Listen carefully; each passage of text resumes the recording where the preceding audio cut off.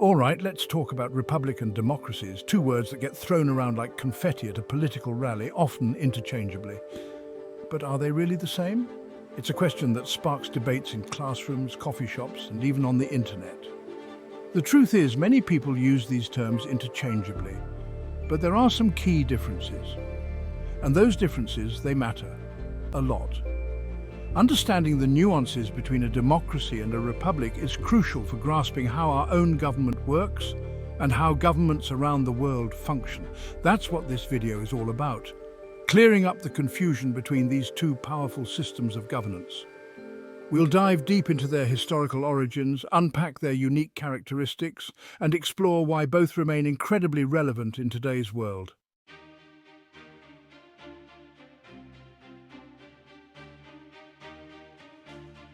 The word democracy is derived from the Greek words demos, which means the people, and kratos, which means to rule. In the purest form of democracy, the citizens vote for every single issue.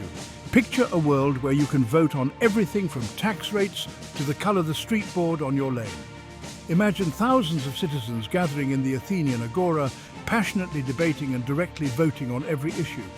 The word republic, on the other hand, origins from the Latin word res publica, meaning public affair.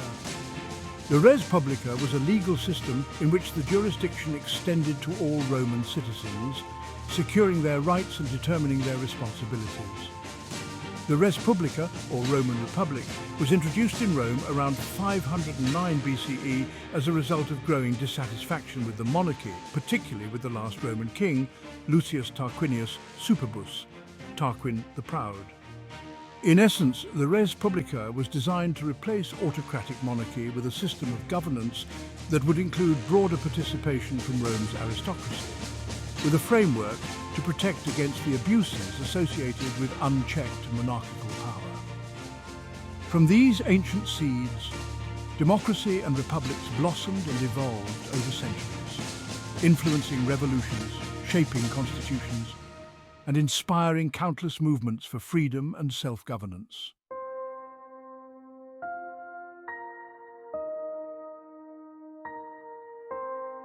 The dawn of democracy begins with an Athenian experiment. This journey begins in Athens, Greece, around the 5th century BC. Do you remember in the beginning of this video we discussed about democracy in ancient Greece, a society in which all adult citizens were required to take an active part in the government, where citizens held all power and voted for everything? Well, that's democracy in its infancy. Direct democracy meant citizens could vote on all laws and policies. It laid the groundwork for citizens having a say in their government.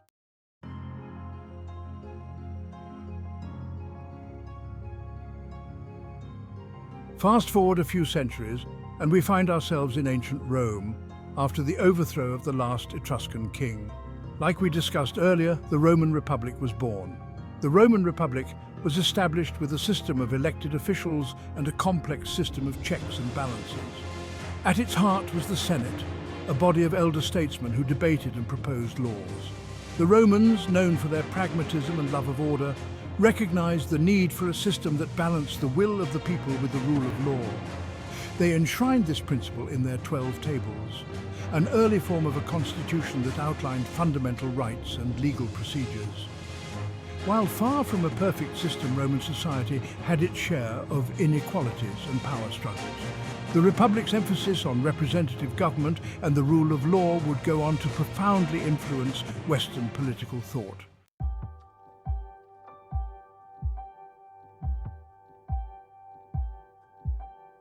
The seeds of democracy and republic, sown in the ancient world, didn't disappear with the fall of empires.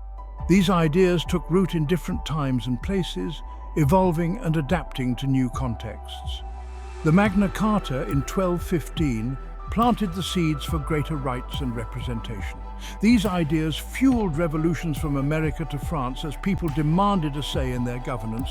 Democracy and republic have become cornerstones of countless governments, shaping our world profoundly.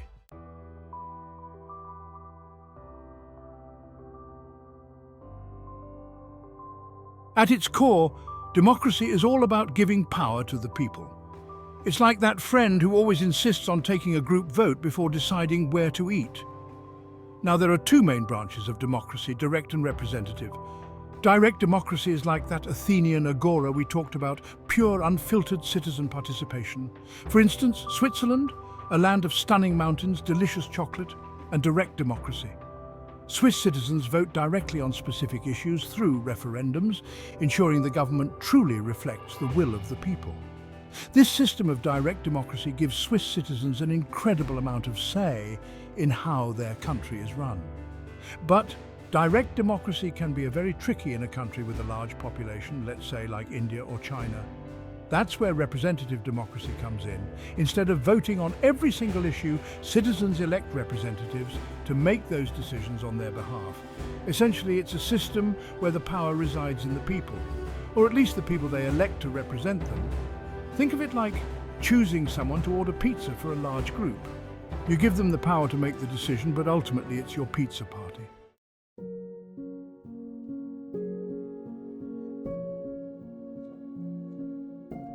Remember that Latin phrase, res publica? Public affair. A republic is all about the idea that governing is a public matter, not the private domain of a king or dictator. In republics, the rule of law reigns supreme. Now, what is the rule of law, you may ask? The rule of law is a doctrine that ensures that even the most powerful are bound by agreed-upon principles. Republics maintain the balance power through constitutions. Constitutions outline governance principles and limit power. Think of a republic as a system designed to prevent any one person or group from having too much power. It's like a carefully crafted plan with strategies like a constitution, separation of powers and checks and balances. In a republic, citizens still get a say through elections. They choose their representatives to make decisions on their behalf. But those representatives are bound by a constitution, a set of fundamental laws that protect individual rights and limit the power of the government. And here's where things get interesting. Republics often use democratic processes like elections to choose representatives who will make decisions on behalf of the people. The United States, France and India are all prime examples of republics that uses democratic mechanisms, each with its own unique approach towards this system.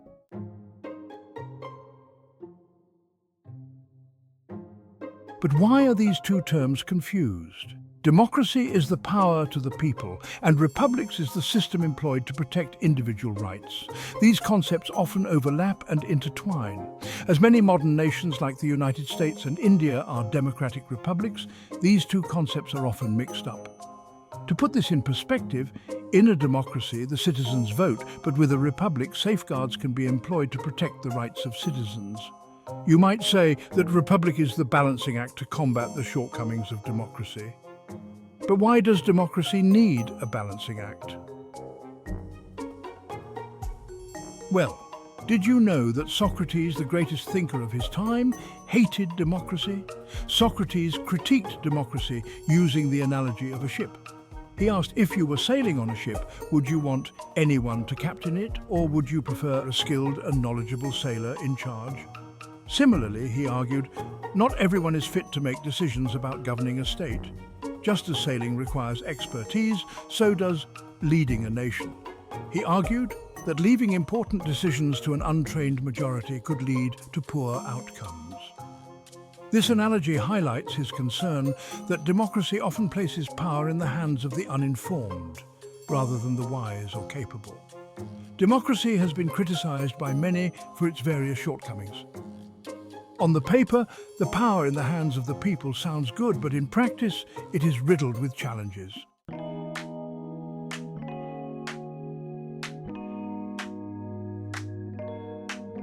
The first shortcoming of democracy is the flaw of majority rule. The heartbeat of a democracy is the idea of majority rule. It's like a giant game of rock, paper, scissors, where the most popular choice wins. This emphasis on majority rule reflects the very essence of democracy, power to the people. But not all democracies are created equal. Majority rule can lead to a situation where the interests of the majority consistently override or marginalize those of minority groups. This may result in policies that discriminate against minorities or disregard their rights, undermining the principles of equality and fairness. Majority rule is highly criticized because it denies the demands of minority. In a democratic republic, however, constitutions are often used to safeguard fundamental rights and freedoms. These constitutions limit what the government can do, even if a majority of citizens support a policy that would infringe on individual or minority rights. For instance, in the US, the Bill of Rights protects freedoms such as speech, religion, and due process, irrespective of majority opinion. And in India, the Constitution provides fundamental rights to all its citizens, regardless of the majority vote. The second shortcoming of democracy is the flaw of short-term focus. Democratic governments, particularly those with regular elections, can prioritize short-term goals that please voters over long-term policies that might be more beneficial for society. Politicians may make decisions based on what will get them re-elected rather than what is best for the nation. To combat this short-sightedness of policies, many democratic republics have bicameral legislatures with a Senate or upper house designed to act as a more deliberative body. The idea behind having two houses is to make sure that laws are carefully reviewed, to ensure that different groups in society are represented fairly. Laws usually need approval from both houses to pass. For example, in India, the law-making body is divided into the Rajya Sabha, the Council of States, and the Lok Sabha, the House of People, while the House of People reflects the popular will of the people. The Council of States ensures that the interests of the states and territories are represented and that legislation is carefully considered. Through their complementary roles, they help maintain a balance between swift decision-making and thorough review in the legislative process, thus ensuring a stable and representative governance system. The Lok Sabha and Rajya Sabha together form the backbone of India's parliamentary democracy. The third shortcoming of democracy is voter ignorance and manipulation. Voters may lack the necessary information or expertise to make informed decisions about complex political issues. They can be easily influenced by populist rhetoric, media manipulation, or misinformation campaigns, leading to decisions that are not in the public's best interest. In representative democracies, however, citizens do not vote directly on every policy issue but elect officials to make those decisions. This delegation helps mitigate the risks of uninformed or manipulated voting on complex issues. Ideally, representatives possess the knowledge and expertise to make informed decisions on behalf of the public. Democratic republics often encourage public education and foster civil society organizations that inform voters and promote critical thinking. Also, as most constitutions in democratic republics enforce freedom of speech and freedom of press, it effectively mitigates the risk of ignorance of manipulation for votes. The fourth shortcoming of democracy is the inefficiency of slow decision-making.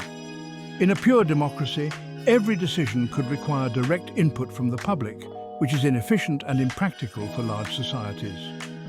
The need for consensus of all citizens' debate and negotiation often results in delays, especially in crisis situations where swift action is required.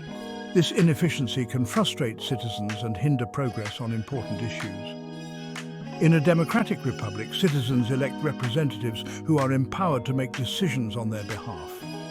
Streamlining governance and allowing the system to function more efficiently while still reflecting the will of the people. The fifth and the most critical flaw of democracy is the risk of a demagoguery or a populist leader. Democracies can be vulnerable to the rise of demagogues, leaders who exploit emotions, fears, and prejudices to gain power. Populist leaders often promise inefficient solutions to complex problems and may undermine democratic institutions, press freedoms, or judicial independence in their pursuit of power. However, in a democratic republic, institutions such as a free press and a robust legal framework act as barriers to populist leaders. Democratic republics often include a system of checks and balances where power is divided among different branches of government, the executive, the legislative, and the judiciary. This separation prevents any one group or individual from gaining too much power, curbing abuses that might arise from majority dominance or populist movements.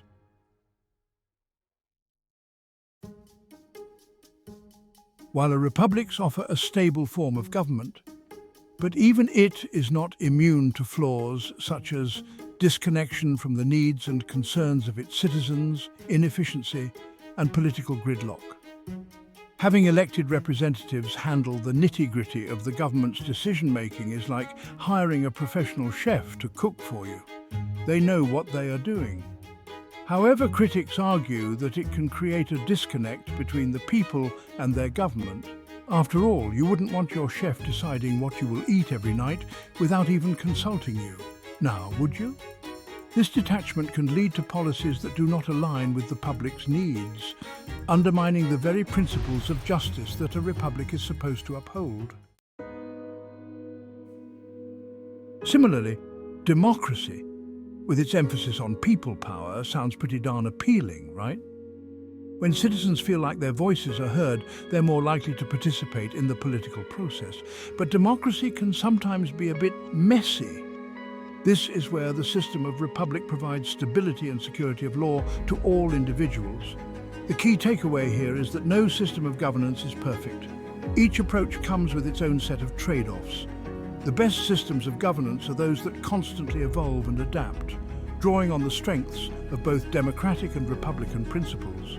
No political system can function effectively without the active participation of informed and engaged citizens.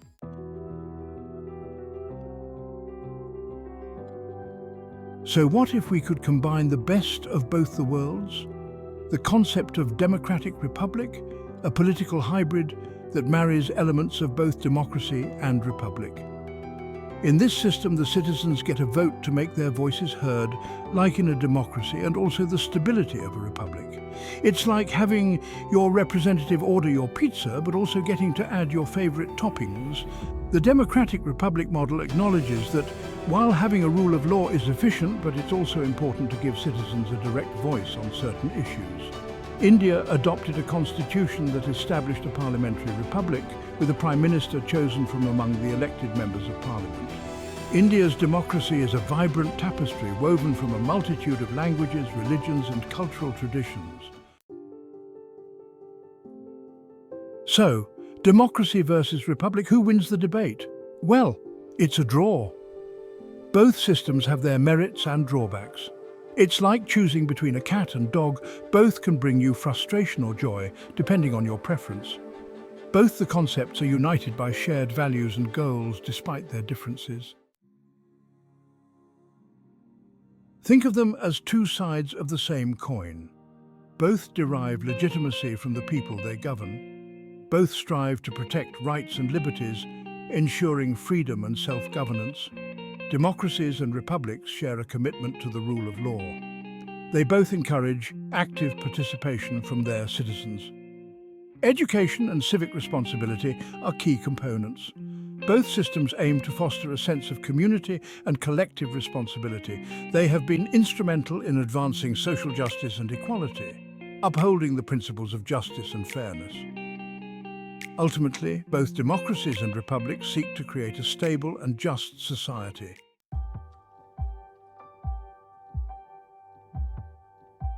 Now, you might be thinking, okay, that's all well and good, but why should I care about the difference between a democracy and a republic?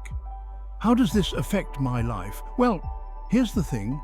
The system of governance under which you live has a profound impact on your everyday life. It shapes everything, from the laws that govern your behavior, to the rights and freedoms you enjoy, to the opportunities available to you and your children.